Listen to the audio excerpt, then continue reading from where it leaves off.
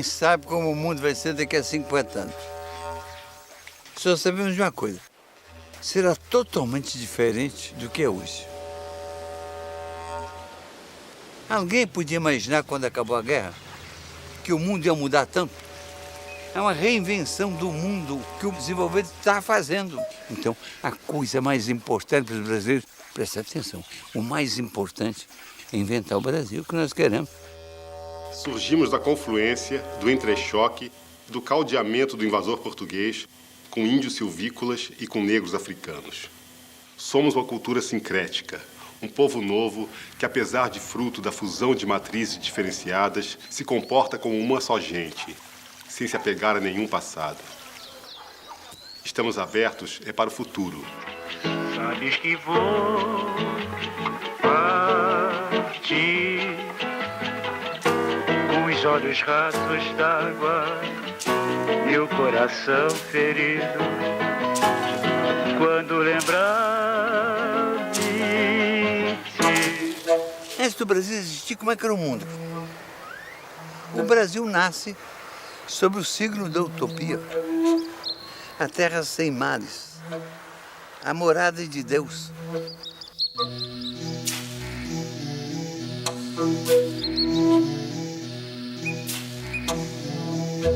Há 1000 anos atrás, de lá pelo ano 1000, tem cartas que falam de uma ilha Brasil. Isso significa que o nome Brasil não vem do pau-brasil, não. Isso aqui era a Ilha Brasil, que alguns navegantes sabiam.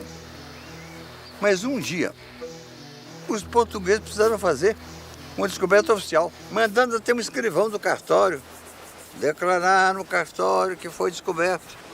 Isso foi em 1500. Mas ele preexistia há muito, fisicamente, biotericamente, biologicamente e humanamente, com a humanidade indígena. Humanidade diferente. De uma gente que agradeceu a Deus o mundo ser tão bonito, que existia para viver a vida, para gozar a vida. A finalidade da vida era viver.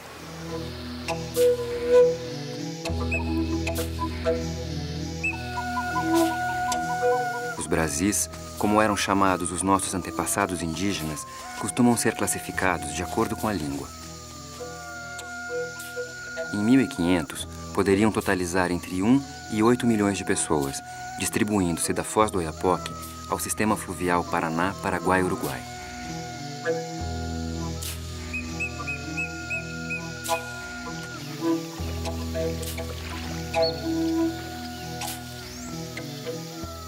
Num certo momento, depois dos primeiros povoadores, que eram de várias procedências, de várias línguas, vêm os tupis-guaranis.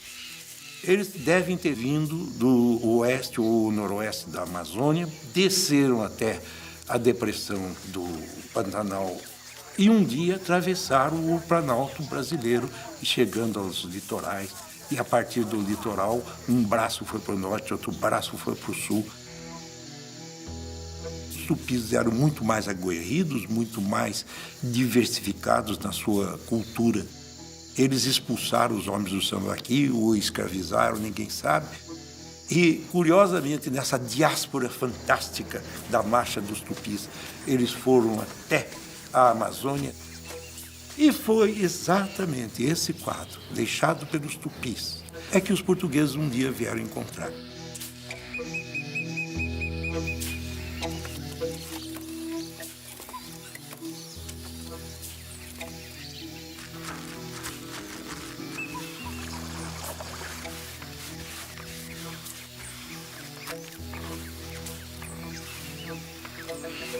Assim esses povos existiram por séculos.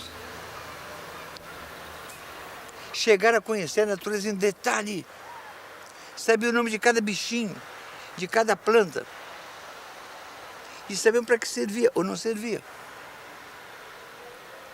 Viveram aqui por menos de 10.000 anos, comungando com a natureza. Tiraram da natureza dezenas de plantas selvagens e domesticaram, ajeitaram, para poder plantar na roça tudo junto.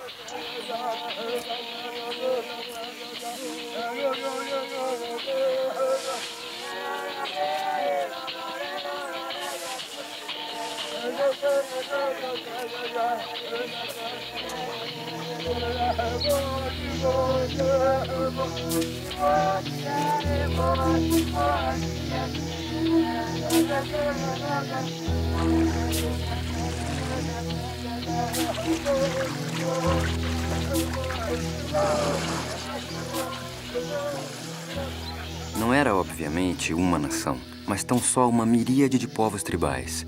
Viviam em aldeias, cada uma unidade social distinta, autossuficiente.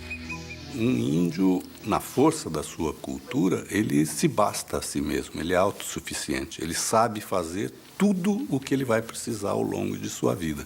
Sabe fazer a sua casa, sabe fazer a sua roça, plantar e colher, sabe fazer os seus instrumentos de trabalho, seu arco, sua flecha, sua canoa, sabe fazer esteira, sabe fazer rede e sabe identificar as espécies do seu ambiente que servem como alimento ou como medicamento.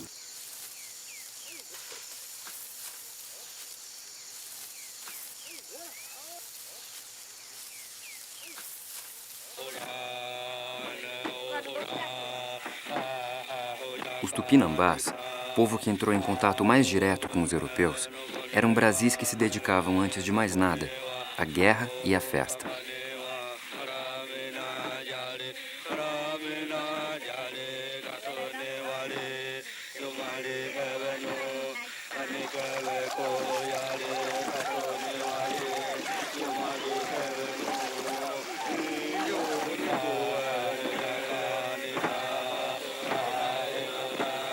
A função social da guerra entre os tupis era uma função em face do seu caminhamento ao longo de grandes espaços. E em toda parte os tupis guaranis deixaram nomes para os acidentes, para as faces das escarpas, para os rios, para as regiões. Então o colonizador encontrou um país que já tinha referências deixadas pelos povos tupis.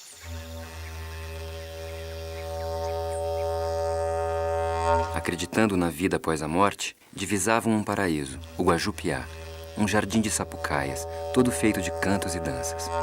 Para um índio não existe muita diferença entre a realidade acordada e a realidade do sonho. O parto, o mundo dos espíritos, os pássaros, tudo está entrelaçado, não é? Quer dizer, tem um espírito em cada coisa, um espírito na hora da colheita, um espírito na hora do plantio, um espírito que mora no fundo das águas e rouba a alma das pessoas, um outro espírito que perturba, o espírito do tatu, o espírito disso, do macaco.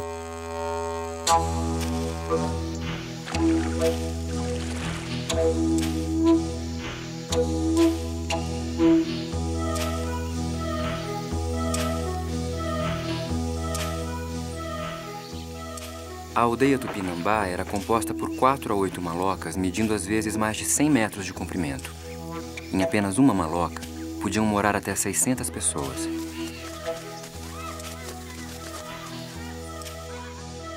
Parece a casa um labirinto.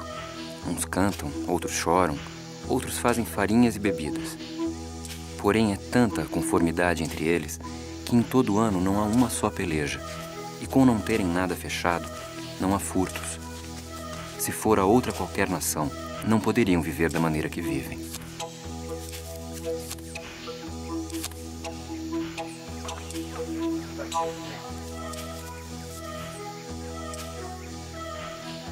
A aprendizagem da convivência e da sobrevivência era feita a partir do modelo dos mais velhos, e no fazer e no refazer.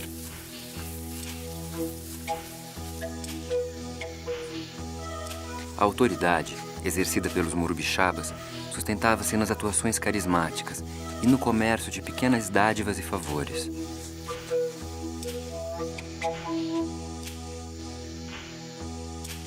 A liberdade sexual era grande. É certo que o adultério feminino podia acabar em espancamento, mas o fim do casamento, por iniciativa do homem ou da mulher, era simples e sumário.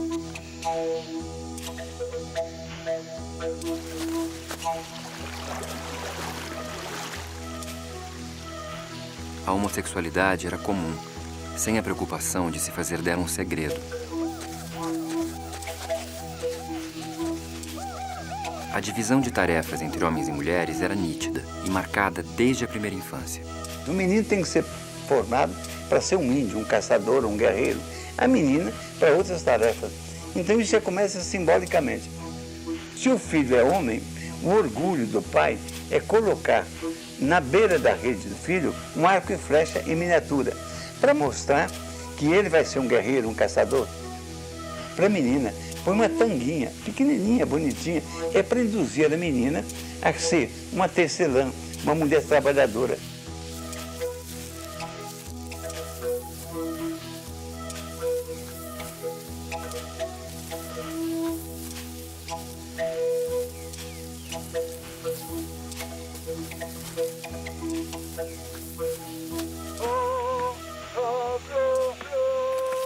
As mulheres cuidavam da roça, do preparo da comida e do cauim, o vinho que animava as festas tupi.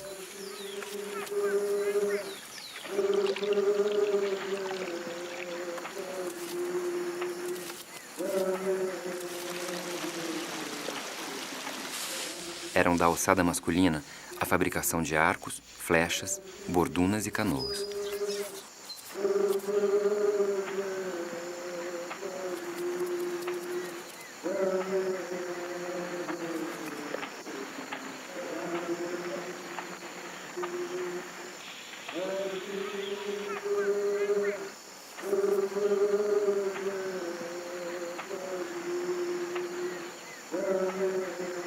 Entre os indígenas, nunca houve uma delimitação clara entre trabalho e arte. Essa coisa eu encontrei entre os índios. Os índios também, cada coisa que eles fazem, eles querem que ela seja perfeita, porque cada coisa os retrata. É vontade de beleza.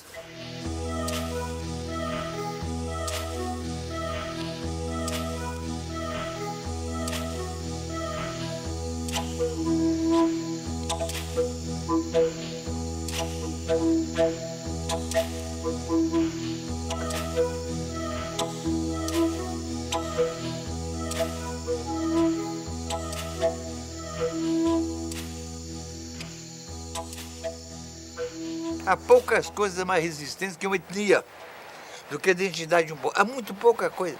Mais que aço, mais que qualquer bobagem. Material é duro. Uma etnia é dura.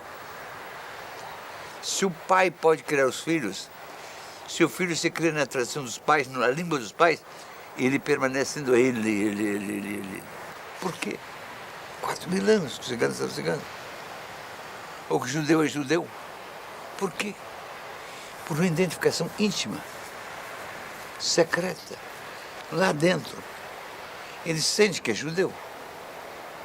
E esta convicção que faz dele um judeu é a mesma convicção que faz dos índios índios.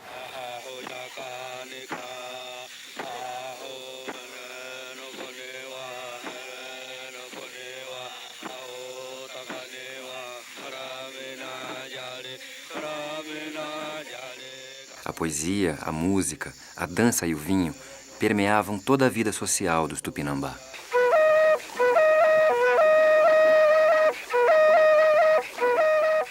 Mas a mais honrada atividade dos Tupinambá era a guerra. Entre eles, a convivência era pacífica e amigável. Com seus inimigos eram implacáveis. Havia uma ética na guerra. Se um inimigo caía em poder de alguém, aquele que o aprisionava batia-lhe com a mão no ombro, dizendo-lhe: "Faço-te meu escravo." Fugir? Nem pensar. O prisioneiro Tupinambá está preparado para ser devorado fisicamente, mas não moralmente pelo estigma da covardia. Suas técnicas bélicas surpreendem até hoje. A habilidade do guerreiro permitia flechar o olho de um pássaro em pleno voo. Havia uma estética na guerra. Gastavam, às vezes, todo um dia exibindo seus inimigos e os insultando, para mais tarde caírem num corpo a corpo feroz.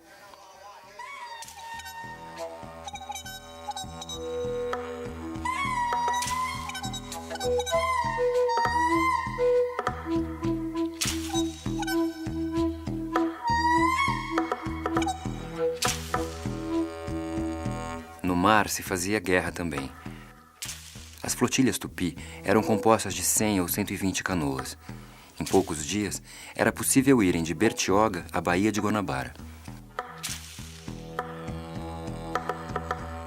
Os prisioneiros que os tupi faziam em suas guerras eram sacrificados e comidos. Era o momento máximo da vida da aldeia, a sua grande festa. O prisioneiro é levado à aldeia de seu amo. As mulheres e crianças é que primeiro gritam, saltam, dançam e batem-lhe. Cobrem seu corpo com cinzas, raspam suas sobrancelhas. Prendem-no e dão-lhe uma índia para o seu serviço, inclusive o sexual. Tudo pronto, é marcado o dia da festa. Os índios levam consigo o prisioneiro, de sorte que bebam e se divirtam juntos.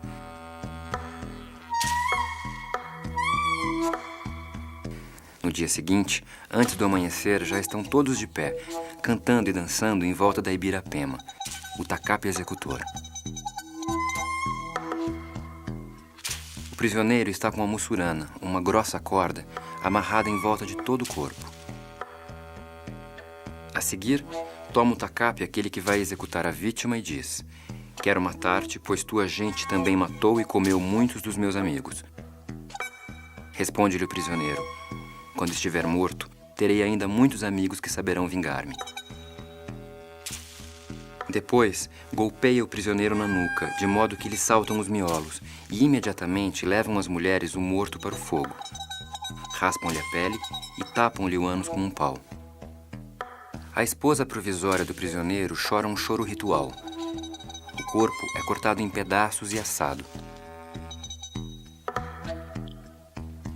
As vísceras são dadas às mulheres, que as fervem e com o caldo fazem uma papa, que chamam mingau. Quando toda a carne é repartida, voltam para casa, levando cada um o seu quinhão. O matador se recolhe em sua rede, durante dias. Sem participar do banquete, vai ele digerir o ato da morte. As coisas do mundo retomam os seus lugares.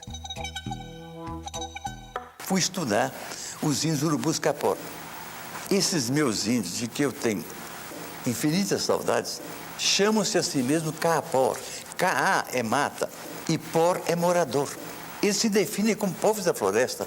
Eles são os índios mais parecidos com os Tupinambá da costa brasileira. Eu queria estudar, queria saber como era o povo de que nós herdamos a forma de sobreviver nos trópicos. Isso tudo pode ser reconstituído pelos documentos do século XVI, mas é muito melhor ir vendo. Eles estão vivos e eu fui lá estudar isso.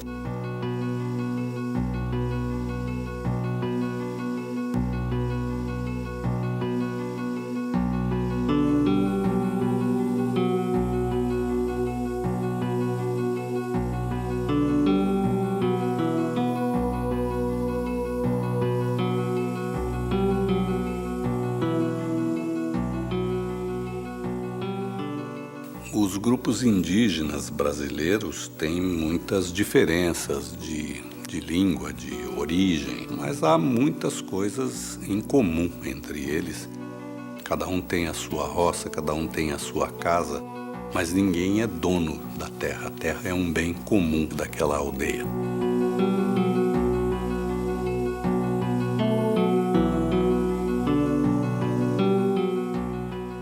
Num grupo indígena, o que um sabe, todos podem saber. Ninguém se apropria da informação para transformá-la em poder político ou econômico para dominar outras pessoas, para ganhar dinheiro.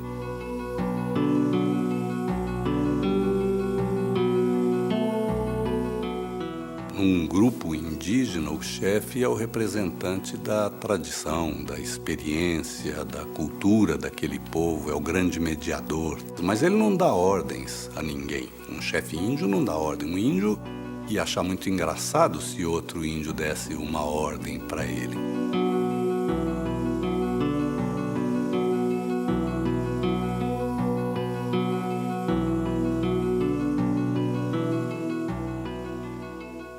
Fomos para dentro das aldeias e vivemos lá meses. Esses índios tinham muito carinho comigo e eu muito carinho com eles. Chegamos a ter uma grande intimidade. Um informante muito importante era Campocu. Esse é o homem mais sábio que eu conheci na vida. Ele me ditou uma genealogia dele de 1.100 nomes. Qual é o nobre que é capaz de ditar espontaneamente 1.100 parentes? Para esses índios é muito importante a herança e por isso é que eles guardam dessa forma extraordinária a sua genealogia. Ao final, numa noite, na casa de Anancampucu, encaminhei o assunto para a antropofagia ritual. Queria confirmar com ele a descrição dos antigos ritos antropofágicos. Não fiz pergunta alguma. Simplesmente tomei uma corda, disse que era o Tupinambá e contei que havia anos os Tupinambá da costa costumavam matar gente de outras tribos para aprisionar e comer. Enorme era a sua emoção. Por fim, não suportou e disse: "Você é meu irmão, o seu avô é meu avô." Anancampucu começou então a contar que seus antepassados também caçavam gente de outras tribos para comer. Esses meus carapó são Tupinambá tardios, Tupinambá de 500 anos depois, mudados radicalmente no tempo.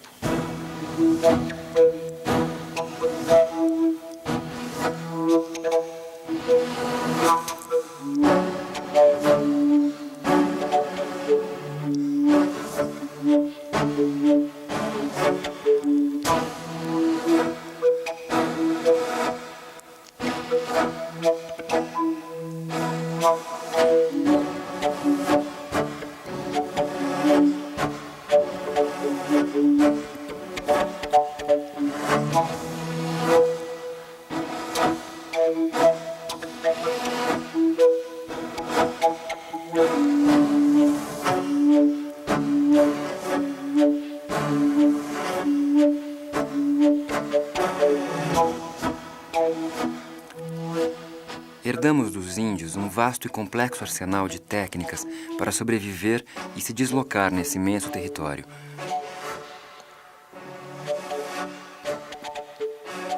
Herdamos centenas de frutos, árvores, ervas, seu trato e seu uso. Herdamos o hábito do banho diário.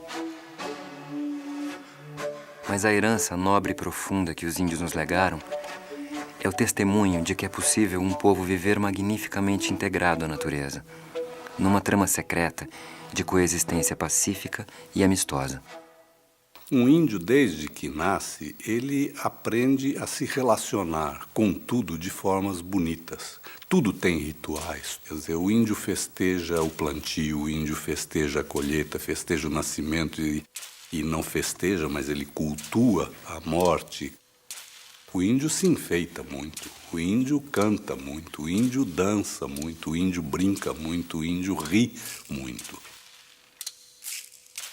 Eu acho que é muito difícil para a nossa cultura suportar tanta beleza. Então, esse mundo que estava aqui quieto, entregue assim,